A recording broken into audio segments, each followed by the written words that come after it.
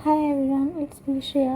आज हम स्टार्ट करेंगे क्लास 12 का चैप्टर नंबर 2 27 समकालीन गेम, उसका पार्ट सेकंड। ठीक है। इसकी पार्ट 1 की जो वीडियो है मैंने पहले से ही अपने चैनल पर अपलोड कर दी है। जिसने भी अभी तक वो उस वीडियो को नहीं देखा है तो मेरे चैनल पर जाइए और चेकआउट कीजिए।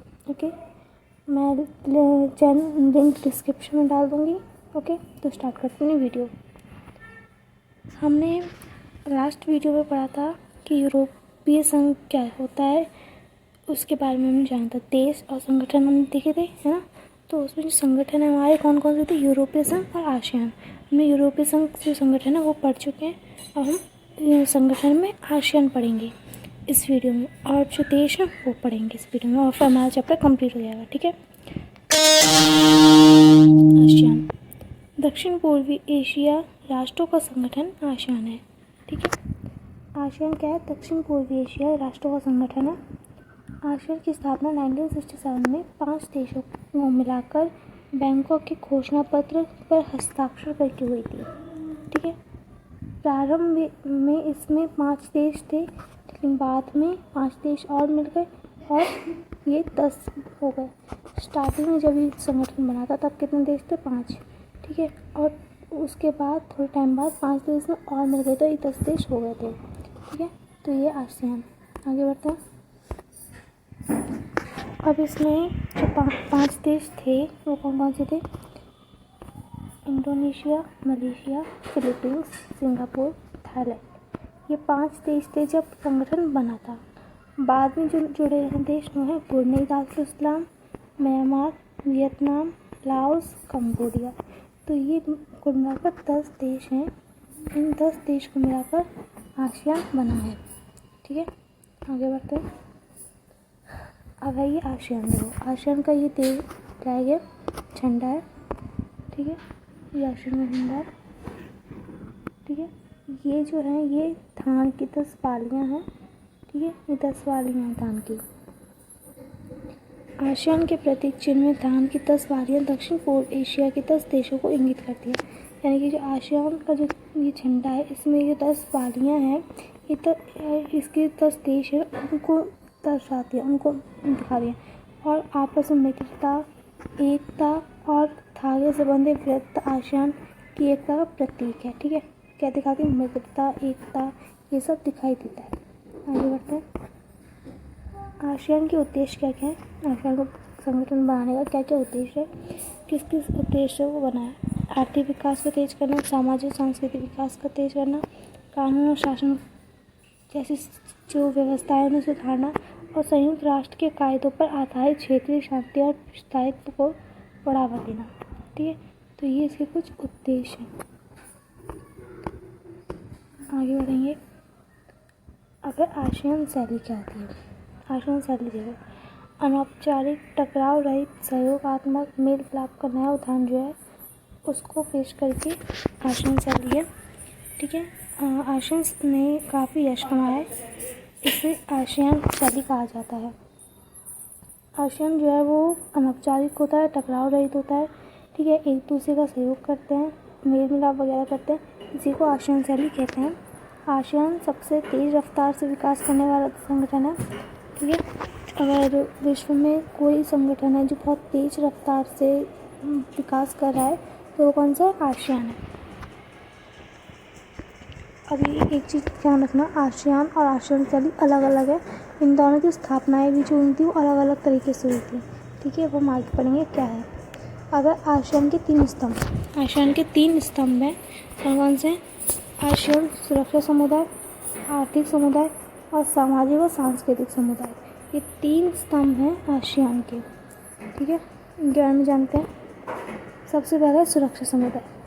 सुरक्षा समुदाय में क्या है, सदस्य देशों के विवादों को सुलझाना, शांति और सहयोग को बढ़ावा देना। ठीक है। आर्थिक समुदाय, साझा बाजार तथा मुक्त व्यापार को अपनाना, आर्थिक विवाद को सुलझाना। ठीक है।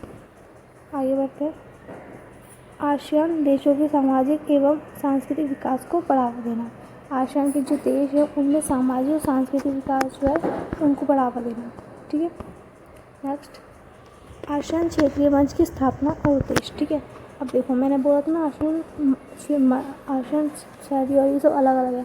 तो यहाँ पे देखो आसियान क्षेत्रीय मंच की स्थापना कब हुई थी और उसकी क्या क्या उद्देश्य हैं।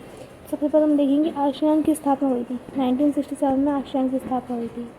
ठीक है, आसियान क्षेत्रीय मंच की स्थापना 1994 में हुई थी। ध्यान रखना, क्षेत्रीय मंच अलग है, आसियान क्षेत्रीय मंच अलग है, आसियान अलग है। ठीक है, इन दोनों की स्थापना भी अलग अलग तरीके से हुई है। उद्देश्य आसियान देशों की सुरक्षा करना। आसियान के जितने देश हैं 10 देश है ना, उनकी आपस में एक दूसरे की सुरक्षा करना। आसियान देशों को की विदेश नीति में तालमेल बनाए रखना। ठीक है, आसियान जो देश है उन 10 देशों की जो विदेश नीति है उनमें तालमेल बनाकर रखना, यह है इनके उद्देश्य। आगे बढ़ते हैं। आसियान विजन 2020 क्या है। आसियान ने एक विजन जारी किया जिसके तहत उसमें ये बातें कही गई।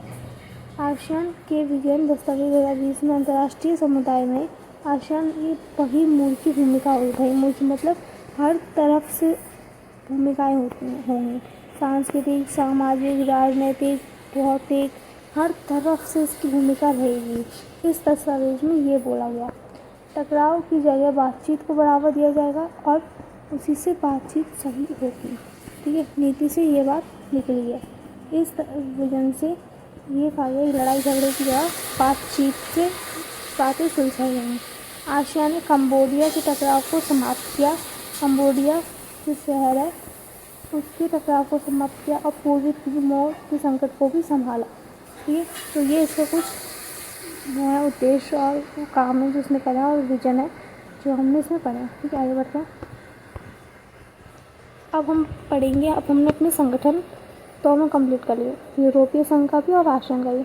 अब हम देश के बारे में जानेंगे। देश कौन कौन से थे हमारे, भारत, जापान। ठीक है, जिनमें से हमें सिर्फ 3 पढ़ना है। कौन कौन से, चीन है ना। तो अब हम चीन के बारे में जानते हैं। चीन कौन क्या है, भारत का पड़ोसी देश है।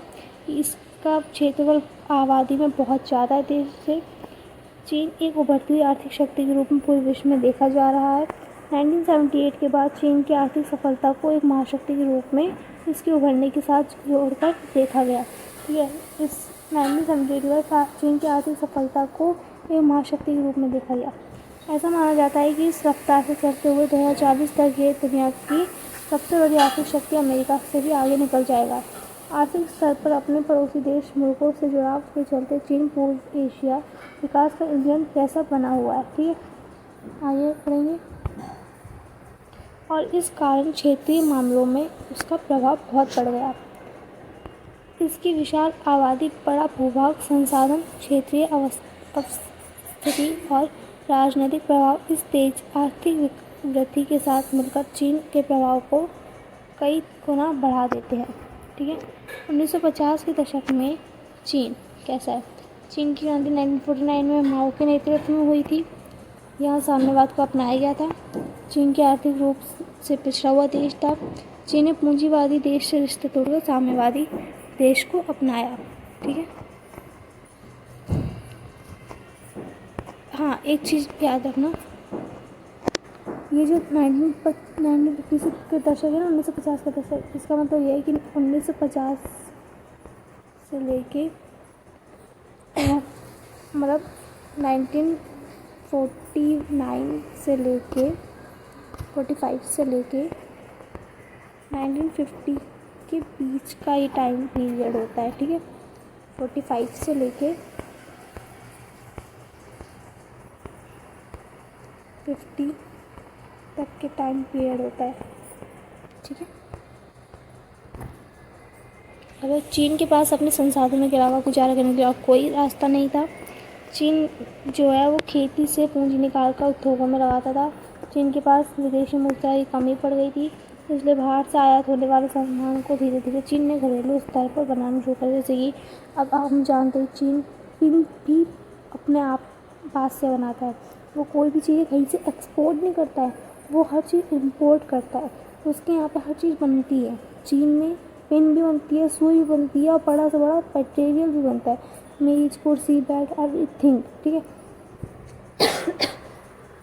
तो ये सब चीज़ें जो होती हैं चीन में बनाई जाती हैं।